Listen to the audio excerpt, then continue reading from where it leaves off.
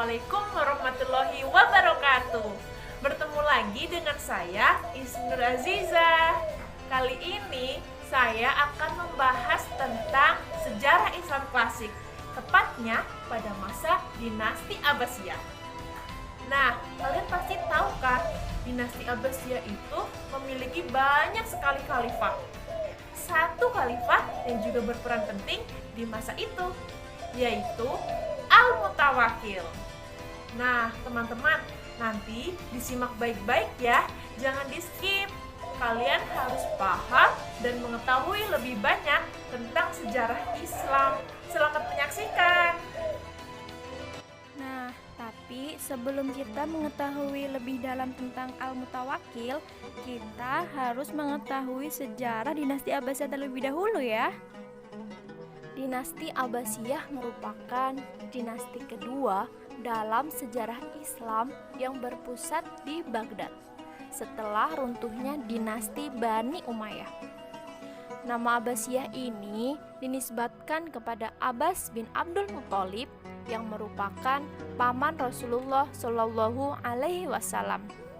Dari sekian banyak pemimpin atau khalifah yang pernah menduduki kursi kekuasaan dinasti Abbasiyah, salah satunya adalah Khalifah Al-Mutawakkil Alallah Ja'far Abu Al-Fadl bin Mutashim bin Ar-Rasyid, atau yang lebih dikenal dengan sebutan Al-Mutawakkil.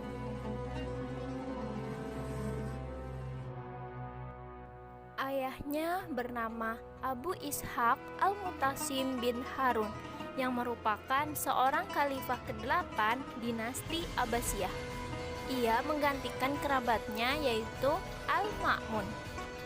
Ibunya merupakan seorang mantan budak yang bernama Suja. Al-Mutawakkil lahir pada tahun 205 Hijriah. Selain itu, riwayat lain juga menyatakan bahwa beliau lahir pada tahun 207 Hijriah.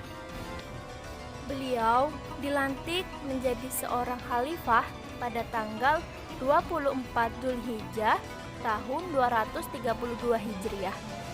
Setelah wafatnya Al-Wasik yang merupakan khalifah ke-9 dinasti Abbasiyah. Berbeda dengan para pendahulunya yang cenderung kepada paham Mu'tazilah, Khalifah Al-Mutawakkil lebih cenderung kepada Ahlu Sunnah. Hal ini dilakukannya dengan cara membantu mereka yang memiliki akidah dan pandangan Ahlu Sunnah, mencabut aturan yang mengharuskan setiap orang untuk mengatakan bahwa Al-Quran itu adalah makhluk. Perintah ini disebarkan ke seluruh wilayah kekuasaannya pada 234 Hijriah. Selain itu, kalian juga harus tahu Al-Mutawakkil juga dikenal sebagai seorang yang sangat pemurah dan banyak dipuji karena kemurahan hatinya dalam memberikan bantuan berupa uang dan harta benda. Tentang hal ini, Marwan bin Abu Al-Janub pernah berkata dalam syairnya, "Tahanlah uluran tanganmu dariku dan jangan tambah lagi, karena aku khawatir engkau bersikap sombong dan melakukan kezaliman." Al-Mutawakkil berkata, "Aku tidak akan menahan tanganku untuk memberi hingga kamu tenggelam dalam kedermawananku." Yang perlu kalian tahu adalah bahwa Khalifah Al-Mutawakkil mengatur dengan sangat detail pembagian kekuasaan di antara ketiga putranya, yaitu dengan cara mengangkat ketiga putranya untuk menggantikan kekuasaan suatu saat nanti. Namun, untuk sementara ini, ketiganya dijadikan sebagai gubernur. Al-Mutawakkil terpengaruh oleh Al-Fath ibnu Hoken, di mana ia lebih menyukai Al-Mu'taz daripada Al-Muntasir. Al-Mutawakkil berubah pikiran dan hendak mencopot Al-Muntasir dari jalur suksesi. Al-Muntasir merasa geram dan dia tidak menerimanya. Dan kalian tahu, pada saat yang sama, Jenderal Wasif juga jengkel dengan Khalifah Al-Mutawakkil dan sekretarisnya itu. Ini akibat Mutawakkil memerintahkan harta benda Wasif disita dan diberikan kepada sekretaris negara Al-Fat Ibnu Hokan. Oleh karena itu, disusunlah konspirasi dari pasukan Wasif untuk membunuh Khalifah Al-Mutawakkil dengan persetujuan Al-Muntasir, putra sulungnya, di mana ia merasa khawatir jika ia tidak berada di jalur suksesi selama ayahnya masih hidup. Suatu malam, masuklah 5 orang Turki ke tengah-tengah tempat Al-Mutawakkil bersenang-senang.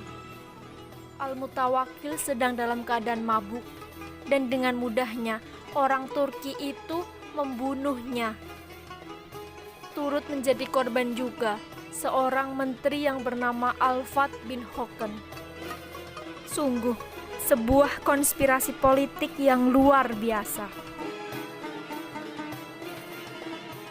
Beliau wafat pada usia 40 tahun setelah 14 tahun berkuasa. Dan kalian tahu? Ya, Al-Muntasir yang berusia 25 tahun naik menggantikan ayahnya lewat konspirasi politik berdarah.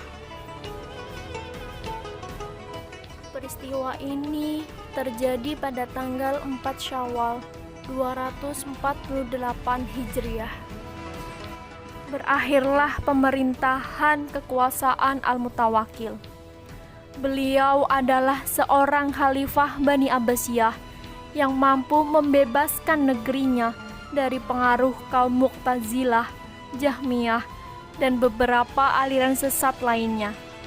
Serta ia mampu menghidupkan kemurnian Al-Quran dan sunnah Nabi Muhammad SAW.